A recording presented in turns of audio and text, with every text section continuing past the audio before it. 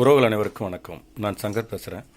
என்ன அப்படின்னா, இன்றைக்கி அண்ணன் சீமான் வீட்டில் காவல்துறை அதிகாரிகள் ஒரு நோட்டீஸை விட்டுறாங்க. நோட்டீஸை ஒட்டும்போது அதை அவருடைய உதவி, அதாவது அங்கே இருந்த காவலாளியும் தம்பி சுதாகர் அவர்களும் அதை கிழிச்சு போட்டாங்க அப்படின்னு அவங்க குற்றச்சாட்டு வச்சு அவங்க கைது பண்ணியிருக்காங்க காவல்துறை. முதல்ல காவல்துறை, கண்டிப்பாக காவல்துறை எல்லா காவல்துறைக்கும் தெரியும், இதில் இவங்க கூட தந்தை பேர திராவிட கழக கட்சிக்காரங்க 2 பேர் வந்திருக்கிறாங்கிறது சந்தேகமாக இருக்குது. உறுதியாக இருக்கிறதுக்கான வாய்ப்பு அதிகமாக இருக்குது. ஏன்னா அப்போ அதில் பார்த்திங்கன்னா அது மட்டும் இல்லை, அவங்க என்ன பண்ணுறாங்கன்னா, இப்போ இவ்வளோ நாளாக இதுக்கு முன்னாடியும் சரி, ஆசிரியர் துறையிலேருந்து எல்லா துறையிலையும் இந்த ஆளுங்கட்சி இருக்காங்க. குறிப்பாக பெரியாரி இயக்கத்தை சார்ந்தவங்க காவல்துறையில், உளவுத்துறையில் எல்லா இடத்துலையும் அந்த பெரியாரி அமைப்பாக இருப்பாங்க. ஆனால் அந்த அந்த இதில் வேலை பார்ப்பாங்க. அந்த மாதிரி இருக்கவங்க. இப்போ இதை நான் ஏன் சொல்ல வரேன் அப்படின்னு கேட்டிங்கன்னா, காவல்துறை போஸ்டரை ஒட்டுது, துண்டறிக்கை ஒட்டுது. காவல்துறை ஒட்டும் பொழுது பக்கத்தில் தான் சுதாகர் நிற்கிறாரு. அதுக்கு பக்கத்தில் அந்த காவலாளி, அண்ணனுடைய வீட்டு காவலாளி நிற்கிறார். அவங்க தடுக்கணும்னு நினச்சிருந்தா அவங்க ஒட்டுறதுக்கே விட்டுருக்க மாட்டாங்க, தடுத்துருப்பாங்க அல்லது கிழிச்சு போட்டிருப்பாங்க. ஆனால் அப்போல்லாம் கம்முன்னு இருக்காங்க. காவல்துறையை வச்சு அதை ஒட்டிட்டு ஃபோட்டோ எடுக்கணும். இதுதான் ரூல்ஸு. நீதிமன்றம் சொல்கிறது அதுதான். அவங்க ஆஜராகலையா அப்படின்னா அவங்க போய் நேரில் போய் அந்த இடத்துல சம்மன் கொடுத்தீங்களான்னு கேட்பாங்க நீதிபதி. கொடுத்தோம் சார், வரல நாங்கள் அப்படின்னா நீங்கள் போய் மீண்டும் போய் கொடுங்கம்பாங்க. அப்போ அதை கொடுத்து அந்த இடத்துல அவங்க வாங்கலங்கும் போது அந்த வீட்டுக்கு முன்னாடி ஒட்டி, அல்ல கடையானாலும் சரி எதானாலும் சரி அந்த இடத்துல ஒட்டி அதிலிருந்து ஃபோட்டோ எடுத்துகிட்டு வரதை காவல்துறையோட வேலை.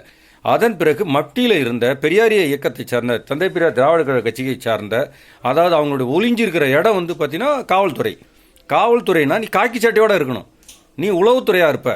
உளவுத்துறை அதிகாரிகள் நல்லா உங்களுக்கு தெரியும், விபத்து அல்லது ஏதாவது ஒரு இடத்து நடந்தால் அந்த இடத்த மேப்பு போட்டு கொடுப்பாங்க.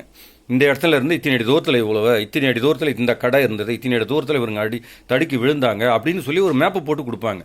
இந்த 2 பேர் மஃப்டியில், எஸ்ஐ வெளியில் தான் இருக்கார், உள்ளே போகலை. இந்த மஃப்டியில் இந்த 2 பேர் ஏன் உள்ளே போனாங்க? உள்ளே போய் அவங்க போய் நோட்டை விடுறாங்க. உள்ள அந்த நோட்டை விடும்போது அப்போ காவலாளி உங்களுக்கு என்ன வேலைங்கிறாரு. அப்போ அவர் யார்? அவர் நீ மஃப்டியில் இருக்க, நீ காவல்துறைங்கிறது யாருக்கு சொல்லி இப்போ பத்திரிக்காரன் போகிறான்னு சொல்கிறீங்க? அவன் உன் வீட்டுக்கு அது மாதிரி வந்துட்டா கந்துக்கு ஒத்துக்க நீ சொல்லு. அப்புறமா தான் எஸ்ஐ உள்ளே போகிறாரு. எஸ்ஐஏ இன்ஸ்பெக்டர் உள்ளே போகிறார். எஸ்ஐ இன்ஸ்பெக்டருக்கு உள்ளே போகிறதுக்கு என்ன இருக்குது? நீங்கள் வெளியில் வச்சு ஃபோட்டோ எடுத்துகிட்டு போகிறதோட போயிருக்கணும். அதன் பிறகு உள்ளே போகும்போது பார்த்தீங்கன்னா அந்த காவலாளிக்கு இவங்களும் அடிச்சிக்கிறாங்க. அந்த காட்சி தான் தெரியுது. சட்டையை பிடிச்சிக்கிறாங்க அப்படிங்கிறது. துப்பாக்கி எடுத்துட்டாங்க, அதை எடுத்துட்டாங்க. என்ன துப்பாக்கி எடுத்து சுடணுன்னா அங்கேயே நின்று சுடுறதுக்கு எவ்வளோ நேரம் ஆகும்? பாதுகாப்பாளர் கரெக்டு சரியாக தான் துப்பாக்கி எடுத்து கையில் எடுக்கிறார். ஏன்னா உட்காரும்போது இடுப்பில் இருக்கிற துப்பாக்கி தவறுதலாக ஆட்டோமேட்டிக்காகவே இதாகி, இப்படி தான் ராஜீவ்காந்தி உளவுத்துறை, மத்திய உளவுத்துறை வச்சு கொடுத்துருந்தாங்க. இந்த உளவு அமைப்பு கொடுத்துருந்த வெடிகுண்டு தானாகவே வச்சு வெடித்து செத்தார் அவர்.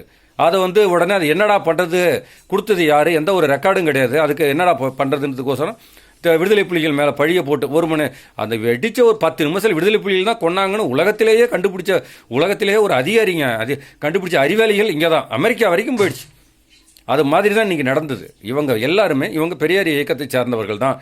அங்கே போய் பார்த்துட்டு இது எந்த இடம், இந்த நியூஸ் பேப்பர் இங்கே அண்ணா உட்காருவார், இந்த இடத்துல நடக்காரு, இந்த மாதிரி இருக்குன்னு சொல்லி அதை மேப் மாதிரி எடுத்து கொண்டு கொடுக்கறது தான் இவங்க உள்ளே போயிருக்கிறாங்க.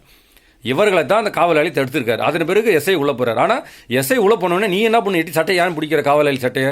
எஸ்ஐ வந்துட்டார்ல, ஒப்படைச்சிட்டு வெளியே போகணும். நீ யாராக கூட இரு, நீ முதல்ல மப்டியில் இருக்க, நீ காவல்துறை காக்கி சட்டையில் இல்லை. அதன் பிறகு இவர் ஓடி போய் எதுக்கு பிடிக்க போகிறாரு? தப்பு பண்ணியிருக்கீங்க, மன்னிக்க முடியாத தப்பு இது. வன்மையாக கண்டிக்கக்கூடிய செயல் இது. நீதி அரசர்களே கண்டிப்பாக ஏற்றுக்க மாட்டாங்க. இதை நாம் தமிழர் கட்சி வன்மையாக கண்டிக்கிறோம். நன்றி, வணக்கம். நாம் தமிழர்.